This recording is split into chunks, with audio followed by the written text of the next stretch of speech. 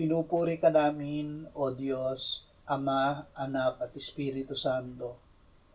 Salamat, Ama, na ibinigay mo sa amin si Jesus na iyong anak na namatay para sa aming kasalanan, iyong muling binuhay, iniakyat at iniluklok sa iyong kanan sa langit.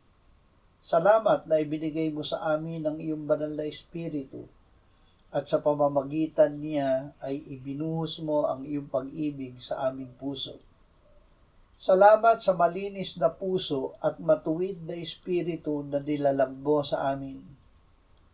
Sa pamamagitan ni Jesus ay tinanggap mo kami sa iyong harapan at ang iyong Espiritu ay nananahan sa amin.